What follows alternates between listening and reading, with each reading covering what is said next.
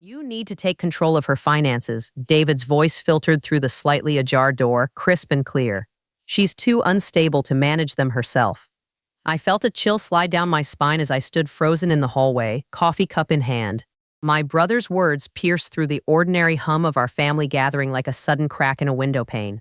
Up until that moment, I had believed the afternoon was nothing more than a typical Sunday visit, punctuated with the comforting aroma of Mom's roast and Dad's predictable conversation about his garden.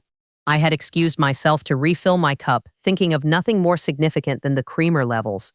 Yet here I found myself, eavesdropping on a conversation that tilted my entire world. After a heartbeat, I quietly leaned closer, the smooth hallway tiles cool underfoot. My father grunted in response to David's assertion, a non-committal noise that sought more information. "Are you sure she's that bad, David?" he asked, doubt lacing his tone. I could picture Dad's furrowed brow, the way he shifted his weight in the old kitchen chair. David didn't miss a beat. "Absolutely," he insisted, his voice firm. "She hasn't been the same since the divorce, and if we don't step in now, who knows what could happen. The bank accounts, her investments, they're all at risk." I felt a stir of anger, a hot ember threatening to flare, but I swallowed it down and focused on listening. Mom, who had been silent until then, spoke. "But she's always been so responsible. Remember how she handled everything when Charles got sick?" Her voice was soft and full of the concern only a mother could muster, yet there was a hint of doubt creeping in, a seed David was carefully planting. "That was then," David retorted, perhaps too quickly. "Things are different now. She's not thinking straight. The stress, it's taking a toll." A part of me wanted to burst in, to confront them with every ounce of righteous indignation bubbling inside. But another part, calmer, more strategic, held me back. I needed to know just how deep this betrayal ran. I needed to understand the extent of his manipulation before making any move. Instead, I stepped away from the doorway, my heart a wild drum in my chest. I moved back towards the living room, where the warmth of the afternoon sun streamed through the windows, casting long, golden fingers across the carpet. I forced myself to breathe, to think clearly. This was not just betrayal. It was a calculated move by David, and I had to figure out the reason behind it.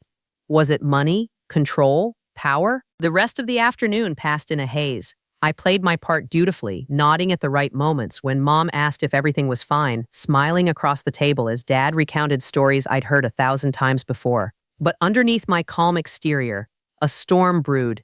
I was both furious and heartbroken, grappling with the knowledge that my own brother could weave such a tangled web against me. As I drove home, I replayed the conversation in my mind, each word etching itself into my memory like a chisel against stone.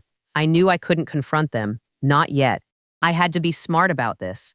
I had to think clearly, gather my resources, and stay one step ahead. For now, I was alone with my thoughts, staring out through the windshield as the suburban landscape flashed by, each familiar sight now shadowed by the unsettling revelation of David's deceit. But I knew that this was only the beginning of my fight, and despite my initial shock, a spark of determination kindled in my chest. David might have thought I was unstable, but he had underestimated just how resilient I could be. The moment I got home, I went straight to my desk, the weight of my thoughts like an anchor pulling me down. Still reeling from the conversation I overheard, I knew I needed to see what David had done behind my back. I powered up my laptop, my fingers hesitating over the keyboard as if typing the truth might make it more real. There, as clear as day, was the email from my parents' lawyer. The subject line alone made my stomach drop. Conservatorship petition for your review. I opened the document, feeling both numb and hyper-aware. My heart pounded in my ears as I read the words, petition for appointment of conservator. They had claimed I was incapable of making sound decisions following my divorce, citing supposed erratic behavior and irresponsibility. My hand clenched the mouse so tightly that my knuckles turned white. It felt surreal, like I was reading someone else's story, but it was mine. The betrayal was fresh, raw, and my brother was at the heart of it all. David, my own family, had painted a picture of me so far removed from reality that it would be laughable if it weren't so devastating. I found myself scanning through the details, trying to catch my breath. They had compiled snippets of information, cherry-picked moments where I might have seemed overwhelmed or distressed. They'd twisted those instances, turning them into their narrative, a tale of incompetence. It was clinical, detached, and thoroughly humiliating. For a long moment, I sat there, feeling the enormity of what lay ahead. They'd enlisted the help of their lawyer, a family friend who'd known me since childhood. I felt boxed in, like the walls were closing around me, suffocating under their betrayal. But there was another part of me, simmering with determination. I knew I had to act, to prevent them from robbing me of my autonomy and my dignity. My life was not some board game they could control, it was mine to steer. But I couldn't just rush in, not when the stakes were so high. I needed a plan, a way to fight back with patience and precision. I took a deep breath and turned to my phone, dialing the only person I knew could help me make sense of this tangled mess. My old friend Sarah, a paralegal with keen instincts and a gift for spotting loopholes. I needed her perspective, her insight, and most of all, her unwavering support. When she picked up, her familiar voice was a balm to my frayed nerves. Her response to my hurried explanation was immediate and, well, they clearly don't know who they're dealing with. Let's start by getting everything they filed. She instructed me on how to request copies of all the documents they had submitted. Sarah's voice was my lifeline, her confidence infectious. You have to stay ahead, anticipate their moves, she said. We'll build your case brick by brick. As we talked, she reassured me that this was just the beginning, that there were steps to counter their accusations and protect my independence. Knowing she was with me in this battle lifted some of the cloud that had been looming since I read their petition. After we hung up, I sat back, staring at the ceiling, feeling the weight of what I had to do. I couldn't falter or let emotion cloud my judgment. The betrayal stung, but I wouldn't let it paralyze me. I thought about David, his insistence in that conversation, the smugness I imagined was etched on his face. My jaw clenched involuntarily. This was more than just about money or control. It was about my right to live my life without interference.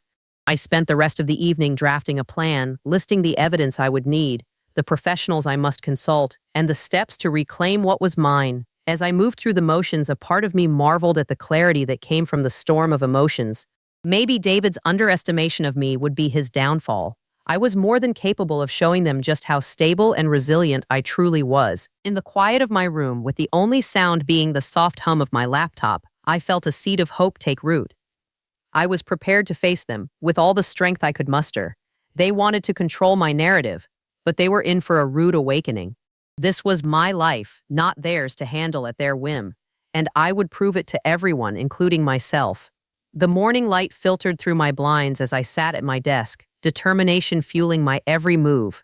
I began with my bank statements, opening the online portal and scrolling through months of transactions. Each entry was a testament to my stability, to my ability to manage my own affairs. I printed each statement, laying them out meticulously on the table. The routine of it was both empowering and grounding. I knew I had to show them, in cold, hard numbers, that their claims were baseless. Next were my therapy notes. I'd been seeing Dr. Martin for over a year now, ever since the divorce. Our sessions had evolved from unpacking the emotional turmoil of my marriage ending to focusing on building resilience and finding direction. I called her office, and after a brief hold, her warm voice came on the line. Martin agreed to provide a summary of our sessions, highlighting my progress and stability. As I hung up, I felt gratitude mingled with the sadness of knowing that this private aspect of my life had to be exposed to fight their lies. Working through the afternoon, I gathered every piece of evidence I could think of. Old emails documenting my steady work performance, acknowledgement letters from charities I supported, anything that painted a picture of my competence. I folded each piece neatly into a growing dossier, imagining it as a shield against my family's deceit. Every document felt like a small victory, a step forward in a battle I hadn't chosen but was determined to win. When evening fell, I took a moment to breathe, to clear my mind. My thoughts drifted once more to David. How could he think this was okay? The memory of his voice at that family gathering, filled with false concern, echoed in my mind. It was hard not to feel the sting of betrayal, but I knew I couldn't let it distract me. I heard a soft chime from my laptop, a message from Sarah. She'd sent over additional references to similar cases where individuals had successfully fought conservatorship. As I read through them, a sense of validation washed over me. I wasn't alone in facing this. There were others who'd stood where I stood now, and they'd emerged victorious. It gave me hope. The weekend passed in a blur of collecting and organizing. I kept my phone close, ready for any updates or new pieces of evidence to add to my arsenal. I was waiting for their next move, but my resolve remained unshaken. I wouldn't confront them directly, not yet. There was power in restraint, in preparing quietly and letting them underestimate me. By Monday, my file had grown thick with proof. It sat heavily on my desk, a concrete manifestation of my life, my decisions, my autonomy. I allowed myself a small moment of reflection, the paradoxical calm before the storm. They thought they'd cornered me, forced my hand, but in reality they'd given me a reason to fight, to prove them wrong in the most undeniable way. As the week began, I made appointments with professionals who could support my case, accountants, colleagues, anyone who could vouch for my capabilities. Each commitment made, each piece of evidence added, was another line securing my future. It was tiring, but my reason for doing it was clear and unwavering. I still hadn't confronted David or my parents. In my mind, I rehearsed the conversation I might have with them, picturing their faces when the truth unfolded before them. My anger was a quiet, simmering thing. I wouldn't let it consume me, but it fueled my resolve. Each night, I reviewed my growing dossier. It felt like preparing for an exam, except this test was about proving my right to live as I chose. I imagined standing before a judge, presenting my case, showing them that I was more than capable of managing my life. The thought anchored me, providing a steady point of focus amid the chaos my family had thrown me into. At the end of each day, I closed the folder, the cover now worn from use, and sat back. The weight of my preparations was heavy, but it was a burden I was willing to bear. This quiet gathering of facts, of truths, was my way of taking back control, of standing up to those who thought they could dictate my life. In the stillness of my apartment, I found solace. I was nearly ready for the next step, for the part where I would counter their narrative with cold, hard facts. Let them think they had the upper hand. In reality, I was the one holding all the cards. I knew the next step was crucial. Hiring a reputable lawyer was the only way forward, so I reached out to Julia Walters, a respected attorney known for handling complex family disputes. Our first meeting was held in her corner office, a place with panoramic city views that seemed a world away from the turmoil my family had thrown me into. Julia listened carefully as I explained my situation, her fingers tapping rhythmically on her notepad. "This is serious," she said, looking me in the eye, "but by no means insurmountable." Her confidence reassured me. I needed her expertise to navigate this mess. When I handed her my dossier, she scanned through the documents with a practiced eye. "You've done your homework," she remarked. I nodded, feeling a small flicker of pride in my preparation. Julia explained the steps we'd take, sounding almost like a tactician preparing for battle. "We'll file for an independent evaluation," she said, "to counter their claims. This will be pivotal in dismantling their case." I agreed, the weight of her words settling over me like a cloak of steel. Julia's clarity of thought felt like an anchor, and I clung to it as she outlined our legal strategy. "We'll set up a court date," she continued, "to present your case with all the evidence you've gathered. Their conservatorship petition rests on shaky ground, and we'll expose it for what it is." Leaving her office, I felt the burden lighten ever so slightly. I had taken an important step in reclaiming my life. The process ahead was daunting, but the sense of betrayal was slowly giving way to a quiet resolve. In the days following our meeting, I focused on gathering the additional evidence Julia suggested. I reached out to Dr.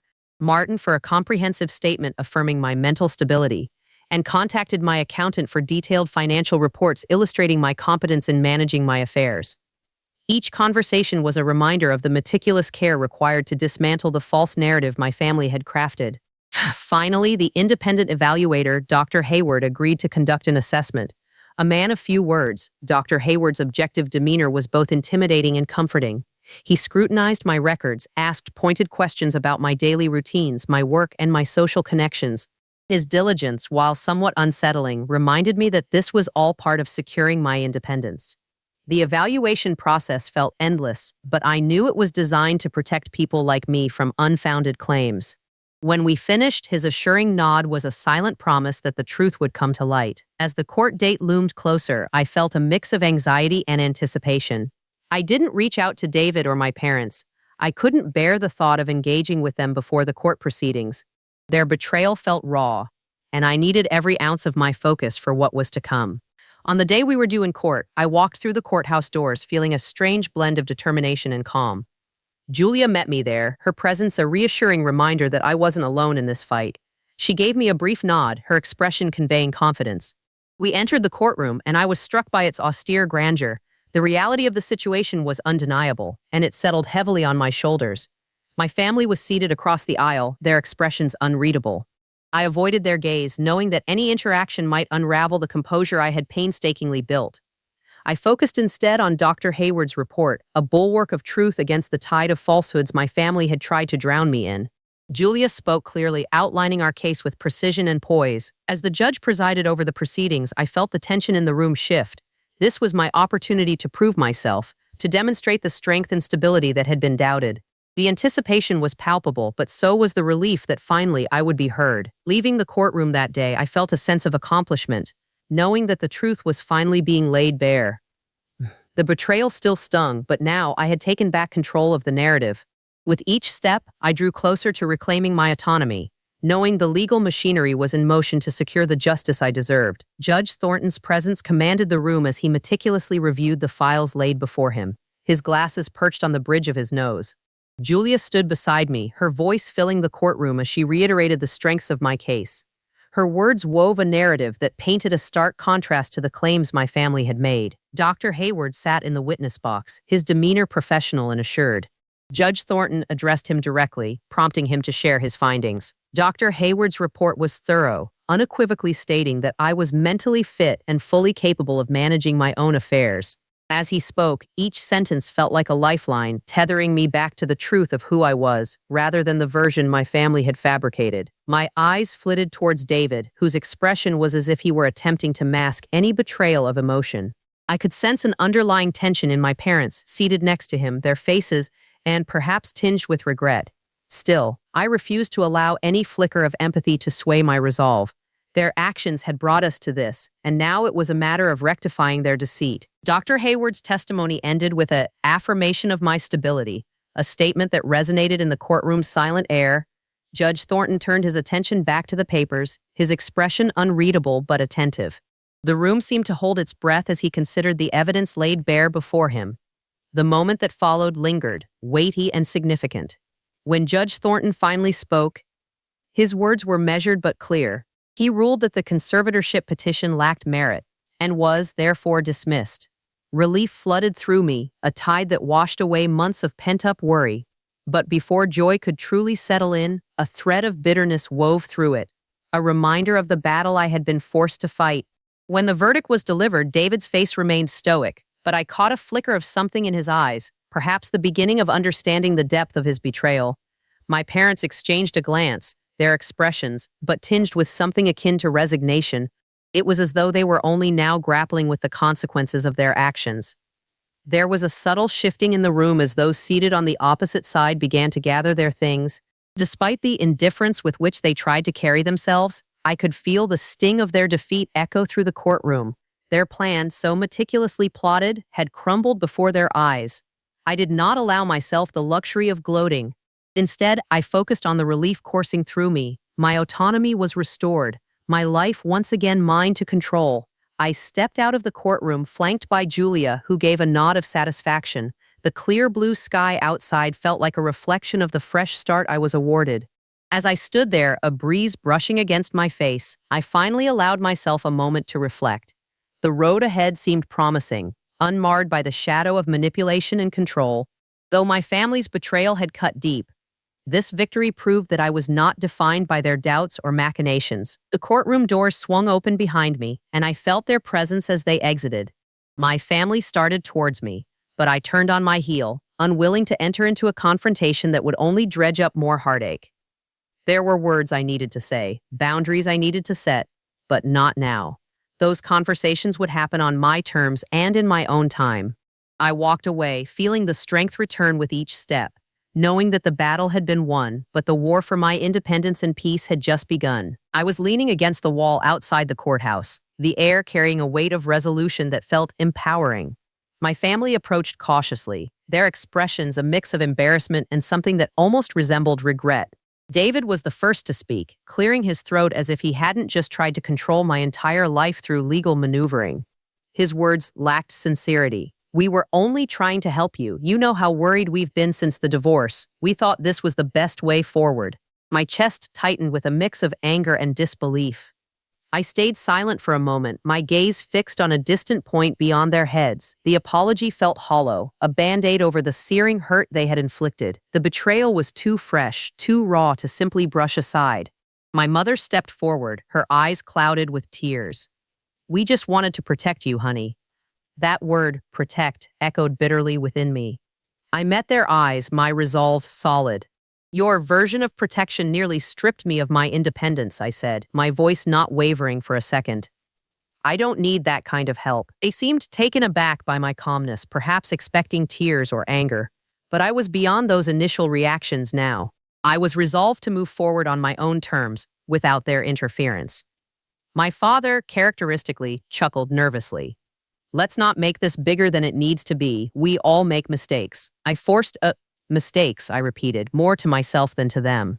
Yes, we do. But this wasn't just a mistake, it was a deliberate betrayal. David shifted uncomfortably, the weight of his actions perhaps starting to sink in. I took a breath, steadying myself. I'm not cutting you out of my life, I said, the decision feeling like a necessary one. But I need space. I need to regain control over my life and assets without any interference.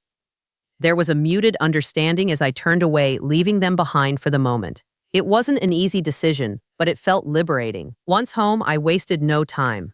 I sat down at my desk, surrounded by legal documents and notes, ready to reclaim what was mine. It was time to rightfully secure my finances, to put measures in place that would prevent any future control attempts. Yet, a part of me wished it hadn't come to this. That familial love would have been enough to ensure trust and support, not manipulation and deceit. As I considered what needed to be done next, I realized the road to recovering my assets would be just as challenging as the court battle. But this time, I was armed with knowledge, resilience, and the unwavering support of true allies like Julia and Sarah. The phone rang, breaking the silence. It was Sarah checking in. How did it go? She asked, concern lacing her voice. I leaned back, allowing a bit of relief to seep through my tone. The petition was dismissed. Judge Thornton saw right through them. Sarah let out a cheer on the other end, and I couldn't help but feel a ripple of gratitude for her steadfast faith in me. That's fantastic news. What's next? Securing my finances, I replied, determination coursing through my veins. No more surprises. After hanging up, I went through the motions of securing various accounts, updating passwords, and starting the process to amend legal documents, ensuring my control was absolute. As the sun dipped lower in the sky, casting long shadows across the room, I felt a tangible shift within. The betrayal had stung deeply, but with each step towards independence, I felt that sting fading. My family, whom I'd once leaned on for support, would now have to navigate the boundaries I set. It wasn't out of spite, but out of necessity. Trust, once broken, isn't easily restored. But as I sat there, alone yet empowered, I knew that this distance was the path to healing. Later that night, amidst the quiet serenity of my home, I allowed myself a moment of reflection. The events had shifted something within me, a resolve to not let others define or diminish my capabilities. And though my family had tried to apologize, I understood that their remorse didn't erase the pain. Time and actions would tell if reconciliation was possible. I reached for my journal, jotting down thoughts, ideas, plans. It felt grounding, marking this moment as pivotal. I knew there was still much to be done, and the challenges were far from over, but for the first time in a long while, I was steering my own course. Resilience, I reminded myself, is forged in the fires of betrayal and trials. And with each breath, I was reclaiming my life, one decisive step at a time. My first step was meeting with Julia, my lawyer, who had been a steadying force throughout this whole ordeal. She greeted me with a smile, immediately diving into the strategy we needed to ensure my finances were impenetrable. We sat across from each other at her polished wooden desk, sunlight filtering through the blinds, casting striped shadows around the room. Julia explained the necessity of revising my power of attorney documents, effectively removing any rights my family might have to interfere again. She recommended a financial advisor she trusted, someone with no connections to my family, to oversee the restructuring of my accounts. I had always been diligent about managing my finances, but the betrayal had taught me that diligence wasn't enough. I needed absolute control. We spent hours poring over statements and legal documents, ensuring every loophole was sealed. Julia's efficiency was impressive, and I felt a sense of relief knowing I was in capable hands. The next day, I met with James, the financial advisor Julia recommended. He was an older man with a no-nonsense approach, which immediately put me at ease. James laid out the plan clearly, making sure I understood every step before implementing changes. We moved funds, set up new accounts with heightened security measures, and documented everything meticulously. For the first time in a long while, I felt like I was on solid ground, my autonomy fully restored. As I left James's office, I couldn't help but reflect on how far I had come. The fear and confusion of the initial betrayal had subsided, replaced by a resolve. My family might have underestimated me, but I had no intention of letting their deceit define my future. That evening, I assessed what remained of my connections with David and my parents. Their apologies echoed in my mind, but words held little weight against the magnitude of their actions. I recalled the moments when I had depended on them, and it struck me how fragile my trust had been. This time, the boundaries were non-negotiable. I would not allow them or anyone else to question my competence again. I drafted a letter, not overtly emotional but firm, outlining my decision to distance myself for now. I needed space to heal, to rebuild without the shadow of their betrayal looming over me. It was a bittersweet action, knowing this meant a significant shift in our family dynamics, but it was necessary.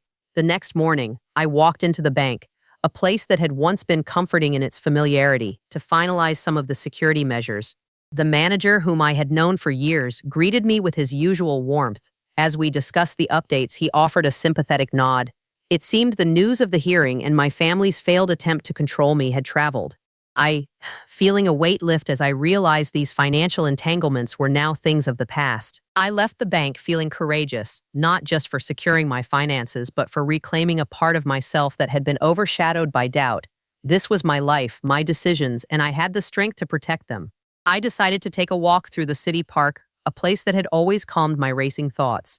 As I strolled along the winding paths, autumn leaves crunching beneath my feet, I realized how much peace I had gained in the process. The betrayal had bruised my spirit, but it hadn't broken it.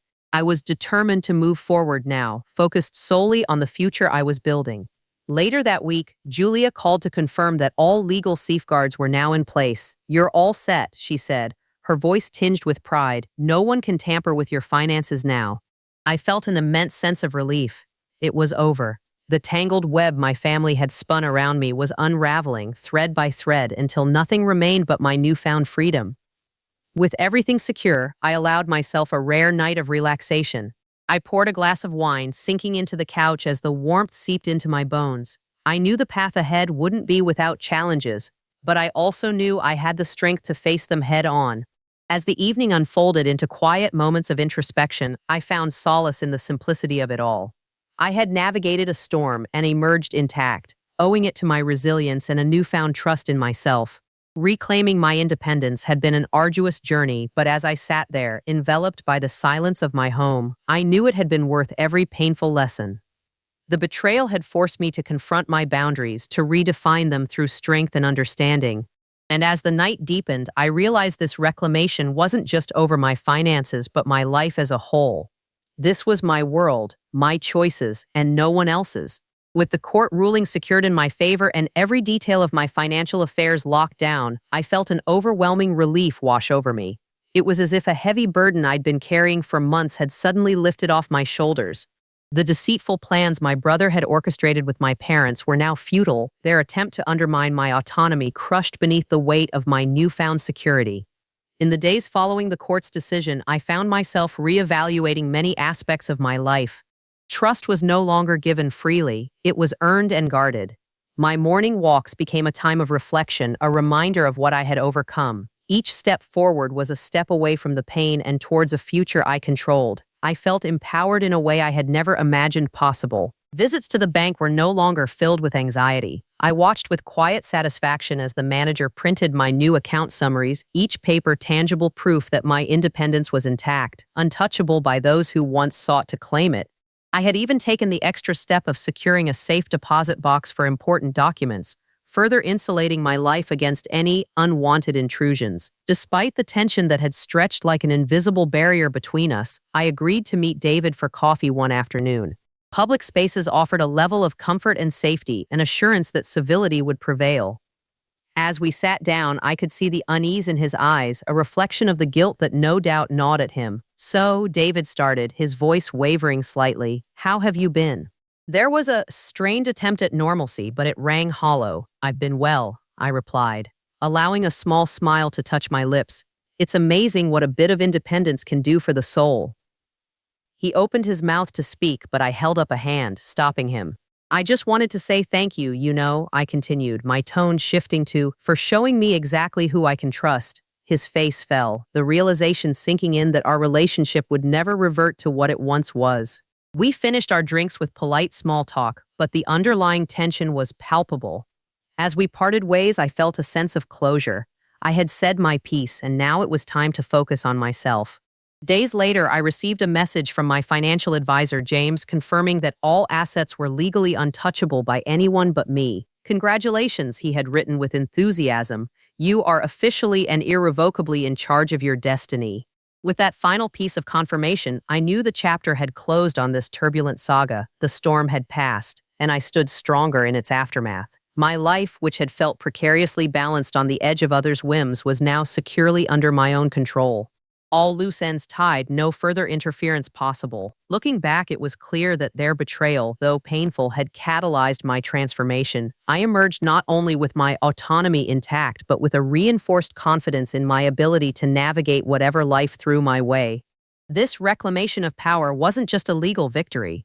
It was a personal triumph. As I settled into my couch one evening, a book in hand, the warmth of the setting sun filtering through the window, I realized the journey had reshaped me. I was no longer the person my family had underestimated. This was my life, crafted by my choices and my resilience. No longer would I let shadows from the past cloud my path. For what it's worth, I whispered a silent thank you to the universe for the lessons learned. It had been a trial by fire, but I had come out tempered and resilient, ready to embrace my future on my own terms. The betrayal had forged a new strength within me, a quiet resolve that no one could ever take away. As I closed my eyes that night, I did so with a heart full of peace and a mind unburdened by the chains of the past.